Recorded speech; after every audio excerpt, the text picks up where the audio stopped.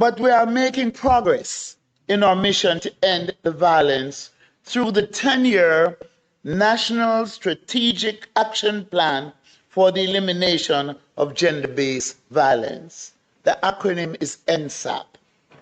The plan of action has 5 priority areas: prevention, protection, investigation, prosecution, and enforcement of court orders. Enforcement of victim rights to compensation, reparation, and redress, as well as protocols for coordination of the National Strategic Action Plan and data management systems.